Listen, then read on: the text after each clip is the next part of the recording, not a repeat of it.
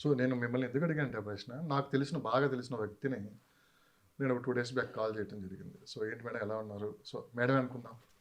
ఎలా ఉన్నారు ఏంటి? బిజినెస్ ఎలా ఉంది? మార్కెట్ ఎలా ఉంది? డిస్కషన్‌లో 10 నిమిషాలు మొత్తం చెప్పేశారు. ఏం చెప్పారంటే ఒక 5 ఇయర్స్ బ్యాక్ బాగా 2 చేతుల సంపాదన, ఫుల్ వర్క్, ఎటు చూసినా రియల్ ఎస్టేట్ కనపడేది. ఇప్పుడు ప్రెజెంట్ ఈఎంఐలు ఎలా కట్టాలని చెప్పి కూడా వెయిట్ చేస్తున్నానని చెప్పి ఆమె చెప్పడం జరిగింది. మార్కెట్లో ఒక పెద్ద మనిషి. సో అలాంటి పరిస్థితికి వచ్చింది ఇప్పుడు. నేను ఎట్లా గెట్ డౌన్ అనేది అర్థం కావట్లేదు. సో మార్కెట్ చూస్తానికైతే బాగానే ఉంది కానీ ఇన్వెస్టర్స్ ముందుకు రావట్లేదు. సో అని చెప్పి ఆమె మాట్లాడటం కూడా జరిగింది. అవును, ఓకే. అంటే అంటే నాట్ ఓన్లీ దట్ పర్సన్, ఆ ఒక్కతే కాదు, ఇలా చెప్పుకున్న వాళ్ళు చాలా మంది ఉన్నారు. చూడటానికి ఏంటంటే మెర్సిడెస్ బెంజ్ కార్లు, టయోటా ఫార్చునర్ కార్లు వేసుకుని బాగానే తిరుగుతున్నారు కానీ సో లోపలికి నా గ్రౌండ్ లెవెల్కి వెళ్తే కానీ పరిస్థితులు వేరే విధంగా ఉన్నాయి. బ్యాంకర్స్ నుంచి విపరీతమైన ఒత్తిడి ఉంది. తీసుకున్న లోన్స్కి, ప్రాపర్టీస్కి, ఇట్లన్నిటికీ ప్రతి నెల ఈఎంఐ కట్టాలంటే చాలా ఇబ్బందిగా ఉంది.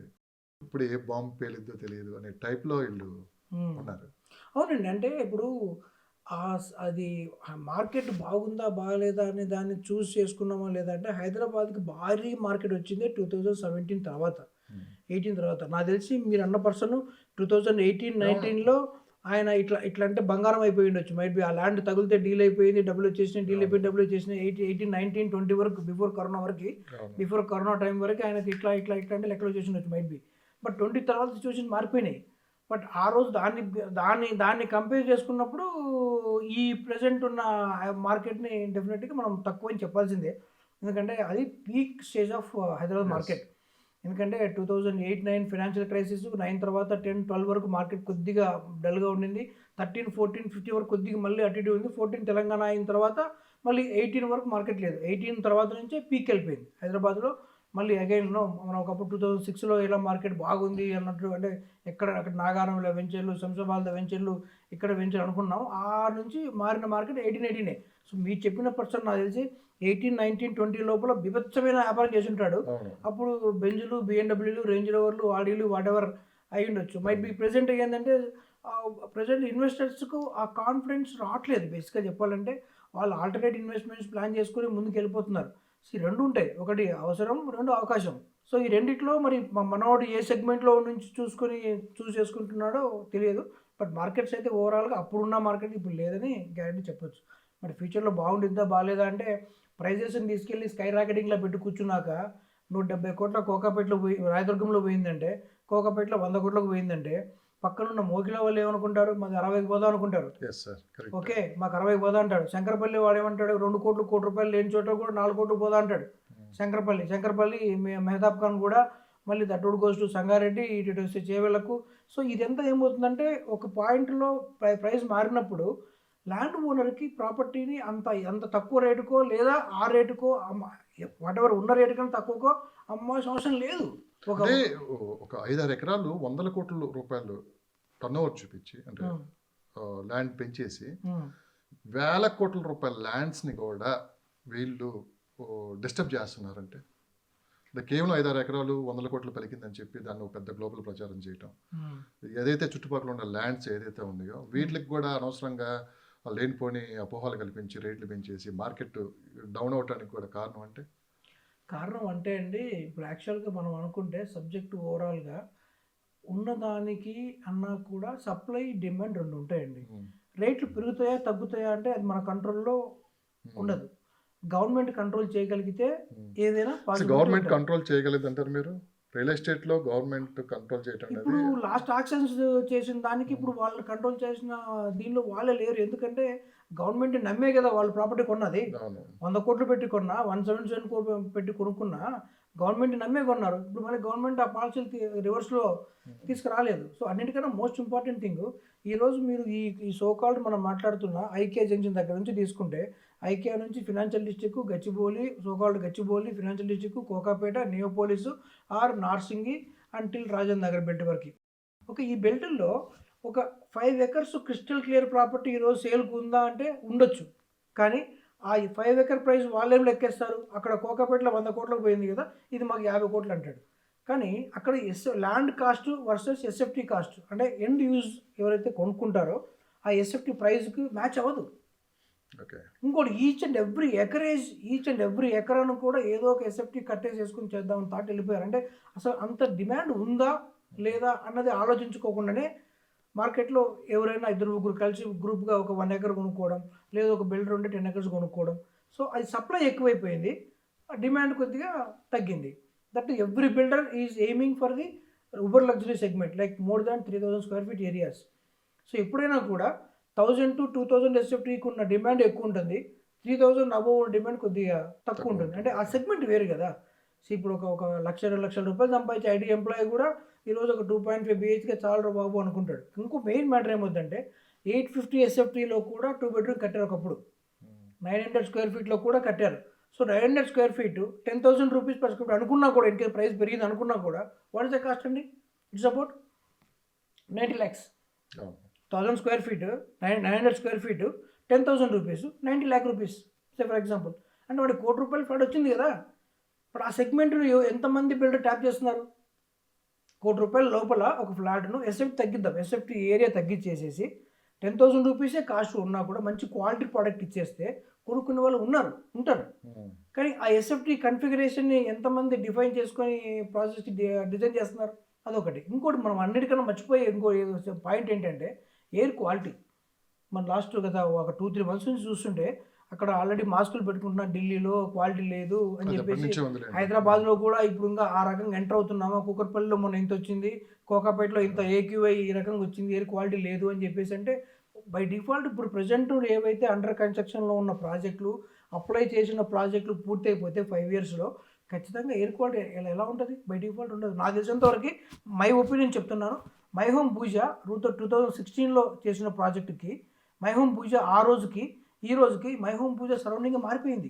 వాళ్ళు ఆ రోజు ఏదో మంచిగా కొనుక్కుందాం, బాగుంది, మంచి బిల్డింగ్, లగ్జరీ సెగ్మెంట్ అనుకుని చుట్టూ నీట్గా బాగుంది కదా అన్న తాడుతో కొనుండొచ్చు 2016లో.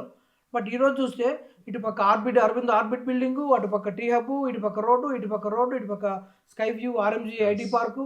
అసలు వాళ్ళు లివింగ్ స్పేస్లో ఉంటున్నారా, లంగ్ స్పేసెస్లో ఉంటున్నారా, ఏదో జస్ట్ ఉన్నామంటే ఉంటున్నారా అర్థం కావట్లేదు. బట్ వాళ్ళు ఏంటి ఈరోజు ఆ రోజు ఎయిర్ క్వాలిటీ వేరు, ఈరోజు నిజంగానే మై హోమ్ పూజలో air quality I don't know exactly. But నేను అంటే కంపేర్ చేస్తే చుట్టుపక్కల బిల్డింగ్సే. అంటే ఇంకొకటి ఏంటంటే ఎంత ఏసీస్ వాడతారు, కన్సంప్షన్ ఆఫ్ ఏసీని ఐటీ కంపెనీస్ కాబట్టి వాళ్ళ లోపల ఉన్నంత వరకు మ్యాక్సిమం వాళ్ళకి కాకపోయినా ఆ సర్వర్లకి ఖచ్చితంగా ఏసీ కావాల్సిందే. టెంపరేచర్ పెరుగుతుంది కదా, ఆ సర్వర్లకైనా టు మెయింటైన్ సర్వర్స్ ఏసీ కావాల్సిందే. సో ఏసీ ఆన్లో ఉండాల్సిందే. అంటే ఆ ఏసీ బయటకు వచ్చి ఆ కార్బన్ కైండ్ ఆఫ్ థింగ్స్ ఉంటాయి కదా. సో మరి ఈ చుట్టుపక్కల ఉన్నవన్నీ కూడా మై హోమ్ పోయే సెంటర్లో ఉంటుంది. సో ఒకసారి ఎయిర్ క్వాలిటీ చెక్ చేసుకుని వీళ్ళు కూడా లోపలికి వెళ్ళాక బై డిఫాల్ట్ ఏసీ వాడాల్సిందే. ఇంట్లోకి వెళ్ళాక అన్ని విండోస్ కట్టే ఓపెన్ చేసేసి చేద్దాం థాట్ 90% ఉండకపోవచ్చు. సో ఇది ఇంకో point majorly we have to think on that. So ఇప్పుడు horizontal living different, vertical living different. So అంటే కోవిడ్ తర్వాత బేసిక్గా ఒకసారి జనాల్లో బాగా భయం పెరిగిపోయింది. సో విపరీతంగా ఖర్చు పెట్టడం కూడా నేర్చుకున్నారు. లైఫ్ ఎలా ఉంటుందో తెలియదు, ఇంతే లైఫ్ ఒకసారి ఇలా ఉంటుంది, రేపు ఉంటామో పోతామో తెలియదు అని చెప్పి చాలా హ్యాపీగా అందరూ ఇంకా డబ్బులు బయట తీయటం, రకరకాల ప్రాపర్టీస్ కొనడం, తర్వాత రకరకాలుగా వాళ్ళకి బిజినెస్లు చేయటం. ఒక్క జాబ్ చేసేవాడు 10 బిజినెస్లు చేసేవాళ్ళు ఉన్నారు ఇట్లా. సో ఇదంతా ఒకసారి ఏంటంటే ఒకరికొకళ్ళు ఇది కాంపిటీషన్లా పెరిగిపోయి ఒకసారి బయటకు వచ్చేసారు. సో ఇదంతా క్లమ్జీ అయిన తర్వాత ఇప్పుడు కాస్త భయపడుతున్నట్లున్నారు. మళ్ళీ డబ్బు బయట తీయాలంటే ఏదైనా బిజినెస్ చేయాలని భయపడుతున్నారు. ఫస్ట్ ఏంటంటే గందరగోళంలో బాగానే జరిగింది అంత బిజినెస్. కోవిడ్ తర్వాత రియల్ ఎస్టేట్ బాగా జరిగింది, సో హోటల్స్ బిజినెస్ బాగా జరిగింది, అన్నిట్లో బాగా జరిగింది. ఒక్కసారి అలా పడిపోయాక మార్కెట్ మళ్ళీ డౌన్ అయినట్టు కనిపిస్తుంది. మళ్ళీ ఇన్వెస్ట్ చేయాలంటే భయపడుతున్నారంటే మీరేమంటారు? ఇన్వెస్ట్ చేయాలంటే భయం ఉందండి. భయం ఉండడానికి మేజర్ ఏంటంటే లాస్ట్ 8-9 yearsలో జనరేషన్ చేంజ్ అవుతుంది కదా. First we have to think on that angle also. 15 years వాడు 24 years కేసుకి వచ్చాడు ఫర్ ఎగ్జాంపుల్కి, వాడి మైండ్ సెట్ వేరే ఉంటుంది. సో ఒకప్పుడు జాబ్ అంటే ఒక రెస్పాన్స్ లాగా అంటే థాట్ ఆఫ్ ఉండిద్ది by default.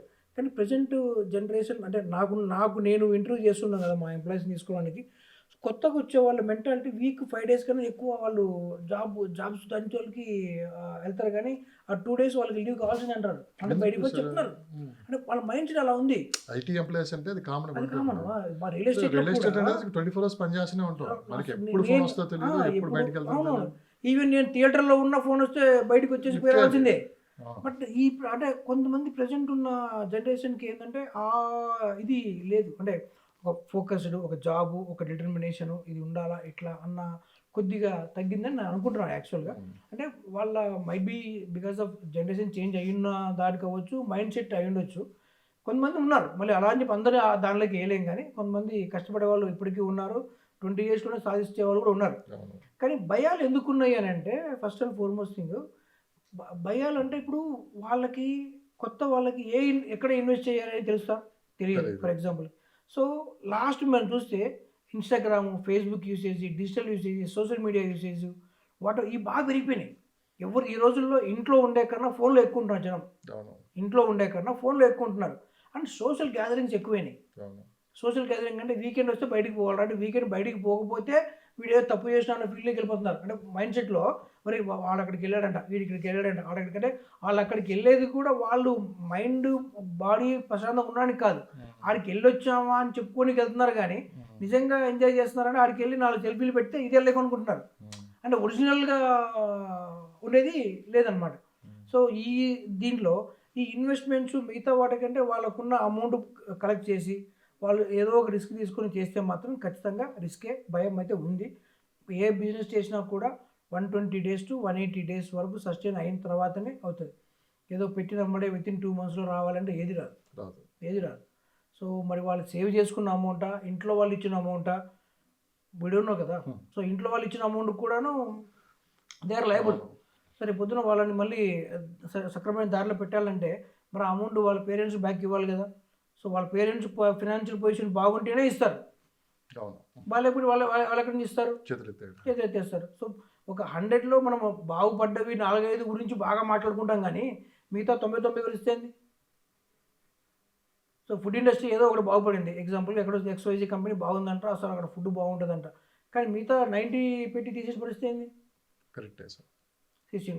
Same like example of సినిమాలు కూడా మన సంక్రాంతికి 6 వచ్చినాయి. ఇది మన చిరంజీవి సినిమా తప్ప 6 వచ్చినాయి. ఏ సినిమా బాగా ఆడింది అంటే ఒకటి బాగా ఆడుతుంది, రెండోది తక్కువ ఆడుతుంది, ఇంకోటి పూర ఆడుతుంది. సో ఈ మిగతా 4 అన్నింటినీ 300 కోట్లు దాటిన చిరంజీవి సినిమా అని చెప్పేసి వచ్చుద్దని లెక్కేయలేం కదా. మరి కింద పోయిన సినిమా చూసుకోవాలి.